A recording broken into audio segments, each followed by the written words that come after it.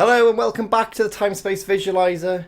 It's a Friday, it's Doctor Who time. Yes, it is. But first, we have a very important thing to do because somebody celebrated a birthday. Well, last week is recording, but a while ago by the time you see this. However, we've got you a very special present. And by we, I mean me. Yeah, And it's the first piece of official Time-Space Visualiser branded merch. Oh my god. Well, it's not branded, you're the first person to have, and this will be available at some point in the future. Okay. But the contract is there. You've got to put it on and wear it for the rest of the video. That's fine. I'll have to. I'm not stripping on camera. No, it's fine. We'll cut. Okay.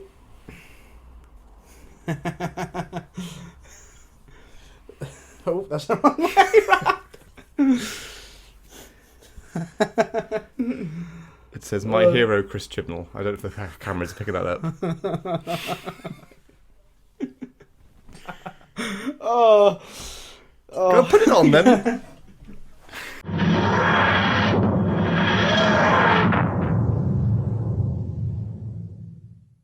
So, what do you think of your present? Thank you very much. You're welcome. You know Chibnall's not my hero, but thank He you. is. Thank you. T-shirt says so. They did send us the wrong size, but you know. It's fine. It's baggy. I don't mind. It hides my boobies. Fair. Anyway then, so what are we talking about today? We're talking about underrated episodes of Doctor Who. Contentious topic, this one. Yeah. Because this is these are just our opinion. We're not saying everybody's wrong if you don't agree with us. These are just ones that we think that deserve a little bit more in the way of appreciation, to be fair. So who wants to kick us off? Well, you've gone the classic Who, so I've gone through classics, to be fair. So do you want to start? shall I just bomb along? Yeah, go along. So my first pick is the John Pertwee story, Invasion of the Dinosaurs, from his last series. Now this is a story that has a really good idea to it in the plot, and the only reason people seem to slate it is because the dinosaurs look a bit rubbish, and even for Doctor Who at the time, they do look rubbish. Yeah. But there's a really interesting story underneath there. You've got the idea that this group trying to roll back time to Earth when it wasn't, ruined. And it's a very politically charged story. And there's a lot of elements to it that I do think really work. I think John Pertwee, finally now he's, in his last season, he's sort of bringing up the comedy a bit more. Yeah. Especially in the first part where they're arrested, but he's having his mugshots taken. That's really funny, and he brings a bit of fun to it. And Sarah Jane gets a lot to do. You have the really cool subplot with Mike betraying UNIT and the Brigadier and the Doctor and all that, which it's not just mentioned and forgotten about. It does have consequences later on in Planet of the Spiders, where he's sort of having to work on his own. And I think it's a severely underlooked story. It might be a little bit too long at 6 parts. I think it would have made a really tight 4-parter, and obviously the dinosaurs aren't the best. But overall, I think it's a great story. No, yeah. I agree. I do enjoy that story. Yeah, it's one I've always enjoyed. And the Target novelisation of it is also really good. I do. I still love the dinosaurs, even though they look a bit tacky, but it's part of its charm. Yeah, it really does. It ties in really well. It's probably one of those ones where you can just sit down, turn your brain off for a bit, for 2 hours or whatever, and just enjoy. And you're guaranteed a laugh. Oh yeah. So yeah, and if you can look past the rubbish dinosaurs, then you're doing great. Honestly. Yeah. For my second story, I picked a story from Peter Davison's era, and it's a story that I feel isn't given anywhere near enough credit as it deserves, and that's Enlightenment, which is the third and final part of the Black Guardian trilogy. It's the clear highlight of the second series of Davison, season 20, because it's not the best when you compare it to his other two, but this one really stands out. I think it's got a really creative thing to it. It's a bit more abstract, a bit more creative. The idea of you've got it's a race, but it's a boat race in space, and there's pirates and everything, and you could do that quite easily. But to make it a bit weirder, a bit more abstract, I don't think any other Doctor would have worked in this, because Davison just fits into the role of the Edwardian gentleman, sort of like an officer type. And I just think you couldn't put any other Doctor in there. And I think as well with Davison, a lot of his stories revolve around him not being recognised by the authority figures of the story, and him being surrounded by all this death and destruction because he's spending too much time getting kidnapped or questioned or locked up or whatever. Yeah, wrong place, wrong time. Yeah, that's basically how you sum up his era. But this story, he sort of fits into it like a glove, really. And there's some great scenes, there's some great dialogue. It's some of the best dialogue in Doctor Who in there. The scenes between Stryker and the Doctor, and the stuff with even Linda Barron, she's great in it. Yeah. The only thing that really lets it down for me is Lee John. But he's not a trained actor to do this sort of thing. So he gives it his all. There's some great the cliffhangers part one. I mentioned it briefly last week, but that's brilliant when they find out they're not actually on a yacht; they're on a spaceship. Yeah. When they find out they're actually on a spaceship, is brilliant, and I think it ties up the Black Guardian stuff and Turlo really well. I think it's at this point that Turlo stops having anything real to do. He just sort of wanders around, and gets kidnapped and stuff. Kind of feels like a bit more of a side character. Yeah, he gets even though he sidelined hangs a lot. around. And it's a shame because I feel there could have been a bit more done with Turlo. Yeah, but at the same time, this arc is tied up really nicely. Yeah. And yeah, poor Turlo though. He does get stuff to do in Planet of Fire when he leaves, but that's basically all he does. That's a bit of a wait between, really, isn't it? So it's just him getting season. Nearly killed off, but the Doctor saves him. Walking around corridors, and Frontios as well, I suppose, a little bit, but yeah, it's mostly after this one it sort of gets a bit forgotten about. Bless him. Yeah, he deserved better. Yeah. For my final pick, though, for Classic Who, I've gone for a story even dearer to my heart. And we've named a segment of this show after this story. It's brilliant. It's one of those ones that, even though I understand why people don't like it, because it's not perfect by any means, and I get why people aren't a big fan of it, but I love Delta-and-the-Bannerman. It's brilliant, it's cheesy, it's stupid, and it's got Ken Dodd in it, who's brilliant. And then you've got all the other cameos from people. You've got like Stubby K in there. And then you've got the bloke that plays Gavrok, Don Henderson, playing it completely straight, even though everyone else in this is having it up a bit. You know, there's some performances this, like the bloke that plays, what's the guy? Burton. And the one that plays Ray, who could have been a companion. Can you imagine? We would have had Power of the Doctor with Ray coming back instead of Ace. That would have been weird. And both of them are kicking it up more than Harry Maguire in the World Cup. Yeah. So, you know, it's good fun. It's 3 parts. It bombs along, and I sit there, and I always come away from it like with a smile on my face. It's one of those ones that I put on if I'm having like a bad week or something. You know, you want something fun to just relax to. Just a feel-good episode, like. Yeah, and there are some genuinely really good bits in it. I think it's got a really strong opening. That set piece in the alien planet quarry is really good. I think Bonnie Langford actually is really good in it. There's some good fun bits of music. The stuff with Garonwy and the bees and everything. You know, is he a Time Lord? Is he a future Doctor? I've seen some theories knocking about that. It's mental. But it's one of those ones that you stick on for an hour and 15, it whizzes past, and you end up having a really good time with it. And I'm always thankful for it because it's always made me feel better. Yeah. You know, whenever I've watched it. So no, it's important to have episodes like that. You just switch it on. You can switch off from the world and just get caught up in everything going on. Yeah, and I think it's like season 24. I think is quite underrated in general. I've never been big on Dragonfire, but the other 3 stories I think are quite. Dragonfire is wonderful. What are you on? Just because you love the cliffhanger. Just because you love the cliffhanger, you weirdo. It's brilliantly crap. I love it. But even Time and the Rani, which is like often voted as one of the worst Doctor Who stories ever, even there's good bits to that. You know. Yeah. There's good bits in Paradise Towers. Every bad episode has its good bits. Yeah, I think it's one of those ones that people really need to go into with a different mindset. I think it's because it's so jarring when you compare it with the rest of McCoy's era. Yeah. You know, if you look at how it's sort of like light and fun entertainment in that first series, and by the end of season 26, Doctor Who's very dark. It's getting into quite, you know, new territory. It's going to be introducing some new things, like a pseudo-timeless child arc that we never saw, luckily, but you can't look like that when you've got a T-shirt with Chris Chibnall's face on multiple times. I'm trying not to react, but it was my trigger word. I want you to wear that on a night out. I really do. I think that would be absolutely hysterical. But no, I think those drunk. Well, like that never happens. But those are my 3 picks for underrated stories in Classic Who. I think these are 3 stories I'd love to touch on in more detail about why I think they're brilliant. But we're keeping it a bit brief this episode because we did, you know, overrun a little bit on the last week's nearly an hour long. So we kind of had to. Yeah. For that one though. Yeah.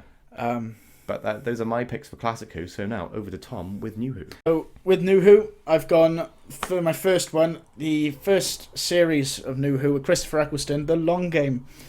Oh. So for me, this one's great. It really ties in with how the end of Eccleston's time as a Doctor, that last episode in Parting of Ways, and Bad Wolf, really. Yeah. No, I really enjoy it. There's a lot of fun. You get to see Adam running around. You're thinking, well, is he going to hang around the TARDIS? Is he not? Thankfully, he doesn't. Thankfully, he doesn't. No, because he became really annoying really quickly. I just love that, like, the world's just come so absorbed by the TV that that's all they can watch on Earth because there's so much bad stuff going on. Again, a little bit of political messaging. A bit ahead of its time, to be fair. Really ahead of its time. But then it's great. I just really love it. You got the Drag Professor running things. You got Simon Pegg who can communicate with a thing. Simon Pegg's really good in it as well. He really is good. He is really good. It's the whole episode for me. I just really, really enjoy. It comes straight after Dalek. Adam doing the clickety thing to his mum, and I just really wish they expanded. I wanted to see like what sort of freaky stuff they did to Adam. I would have laughed because he got that annoying. There's a great comic out there that brings Adam back in like the most random, genius way ever. I can't remember what it's called, but you'll have to send it to me if you find it. Yeah. But yeah, so it also ties in because the Doctor, you see that not everything the Doctor does to help someone at one point in time, it doesn't necessarily have a knock-on good effect. In Bad Wolf and Parting of Ways, it very much 100 years later is all it took to basically for the Doctor to crush human civilization. Yeah, as we knew it.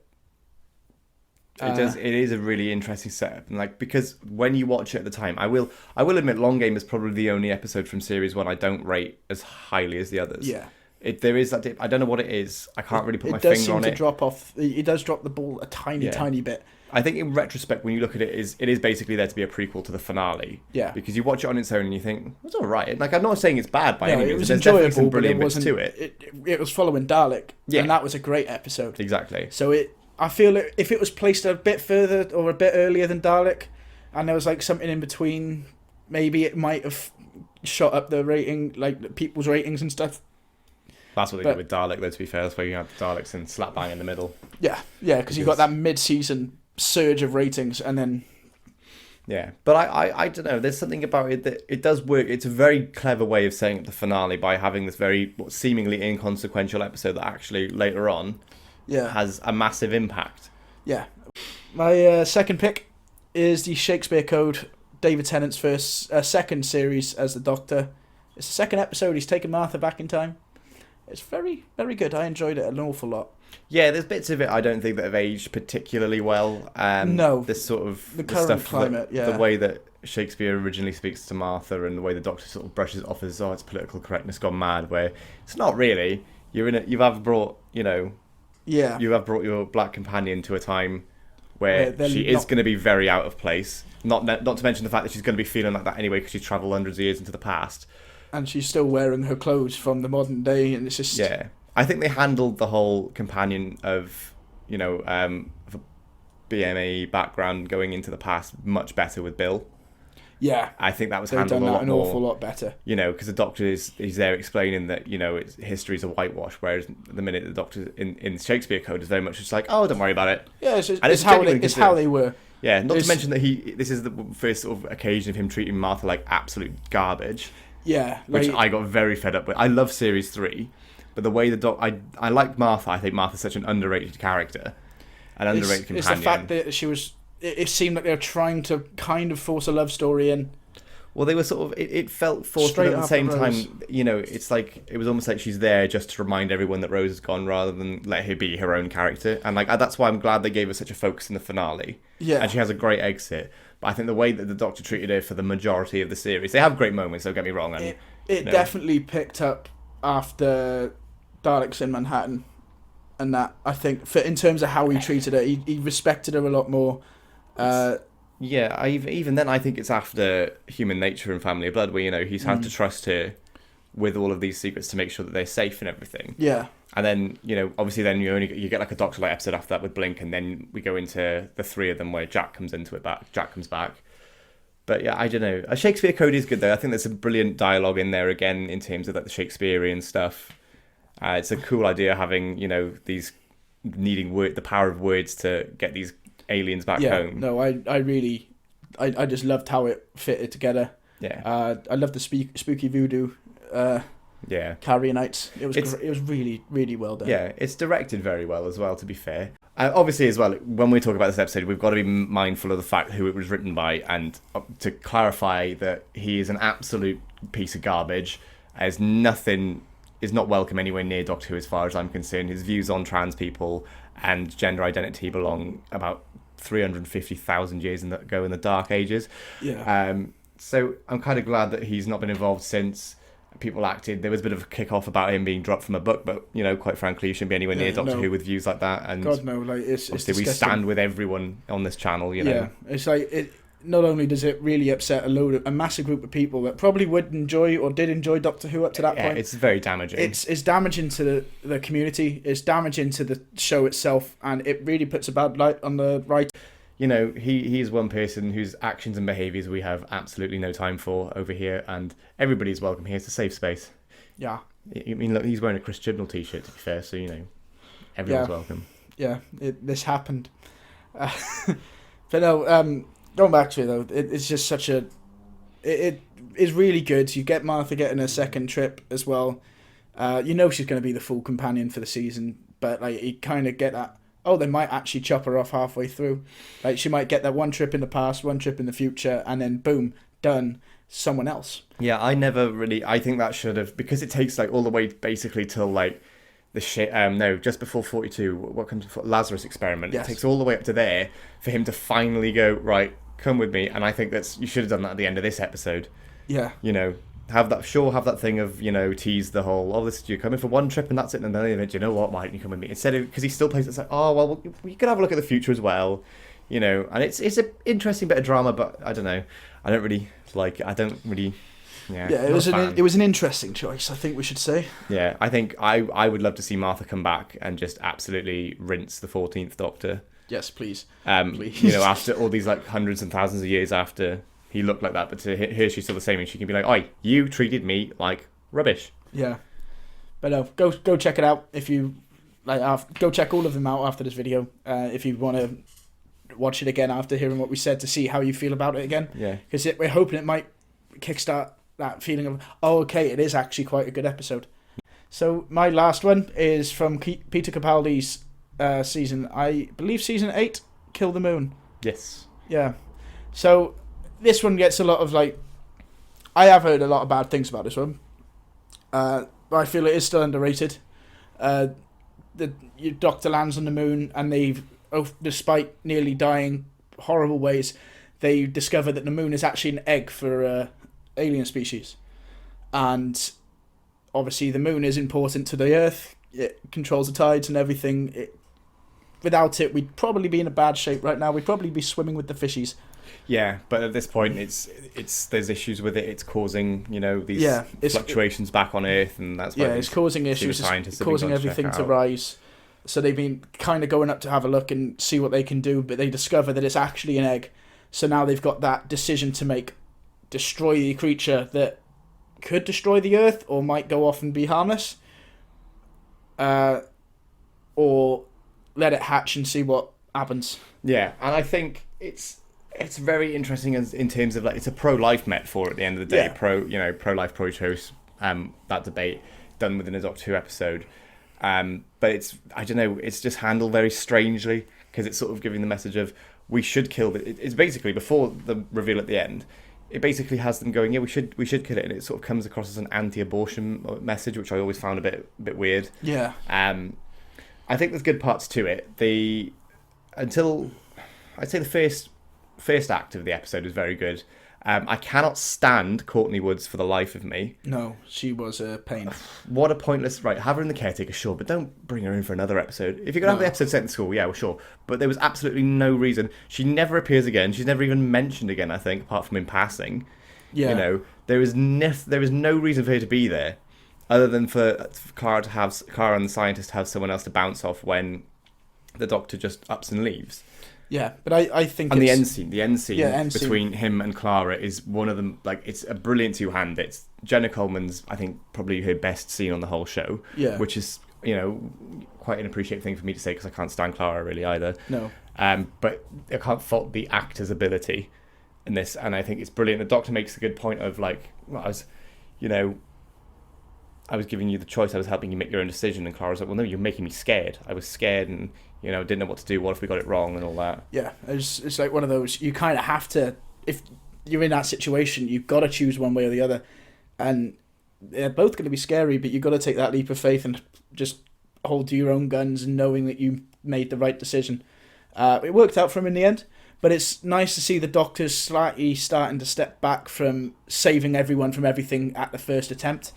He's kind of letting them like take control of the situation a bit, make him realise that someone's not going to make these decisions for you every time. You've got to step up and do it yourself. Yeah. So there's a good, like, helpful, like, meaning behind the episode.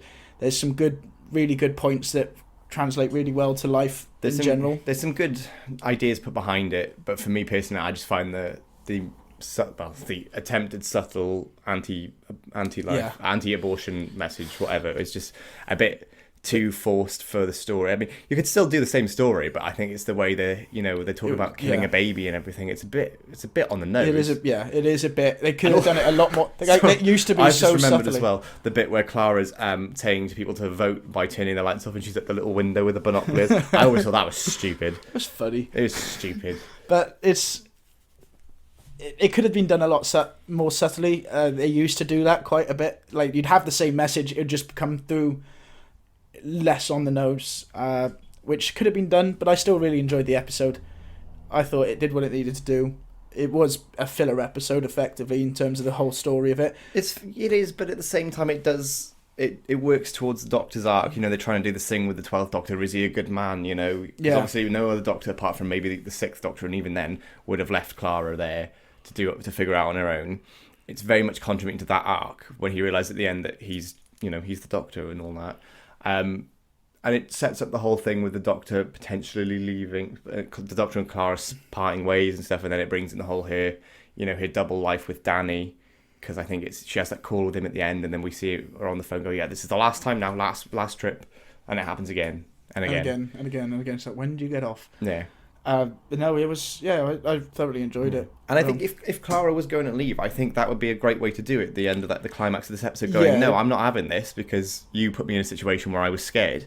Yeah, like you said, you'd never do that. Exactly, and you're meant to be my friend and all. And I think it's a very interesting way of taking it. Yeah, but at the end of the story, spoiler, the creature is born, the egg hatches, and the creature lays a new egg in the sky, the new moon. Yeah. You never hear about it again. Yeah, you never hear about it again. No, which makes sense because the moon base from Patrick Troughton's time was set 20 years after this episode. So nobody mentions that. The fact that, do you remember 20 years ago when this thing hatched? Yeah, let's make a base here. But by just that in case it hatches again. But it said millions of years for it to develop and hatch. Yeah, but I would still be a bit skeptical. Yeah, no. If I looked up one day and saw the moon hatching, and then someone was like, "Moon base there? Should we go there? Should we go live there for a bit?" I would be like, respectfully, no. But that's just me. Maybe I'm wrong. I don't know. Yeah, but no, it was. It served its purpose. It was fun. It was enjoyable. You had some really good scenes between the Doctor and Clara. Yeah. Really good bit of dialogue there as well. I really it was like. It made you feel things. Yeah, I think Peter Harness really got the 12th Doctor, because you look at... I know that he co-wrote the Zygon two-parter from Series 9 with Stephen Moffat, and, but I think they really understand what they're trying to do with this Doctor in particular. Those were our picks for underrated episodes of Doctor Who. We hope... we've covered enough ground there. We want to hear some of your suggestions as well. Let us know in the comments. Yes, please do. Yeah, go out, check out some of those. I'm definitely going to give Kill the Moon another watch, because I just realised now in that little recording break that I haven't seen that in about 3 years. So. Yeah, I'm going to watch Enlightenment again. I'll definitely watch Enlightenment. Yeah. It's brilliant. But let us know what you think's underrated. We'll have a chat about it. And also let us know what's overrated, because that's going to be next week's video. Yes. We're going to do the complete polar opposite of today. And rather than big up things that are... not appreciated enough, we're going to do the opposite. We're going to tear into things that people love for no reason. No, I'm kidding. It sounds really rude. No, we're just going to look at videos that from episodes even that we think are held a bit too high in esteem. Yeah. And bring them back down to earth a little bit for our liking. Yeah. But then again, these are our opinions. They're not going to be everyone's. So you may not agree with them, you may agree with them, I don't know. But if you've got any of your own, let us know. Yeah, please do. And please remember to like, share and subscribe. Really supports us, gives us a hand. The more support we get from you, the better things we can do. We can get some new hardware and stuff and do a bit more fancy stuff. And it also helps us to fund things like this. Not Tom, the t-shirt. Yes, Tom has been given a t-shirt. Tom is a free elf. And on that note, we'll see you next week. Bye. Bye.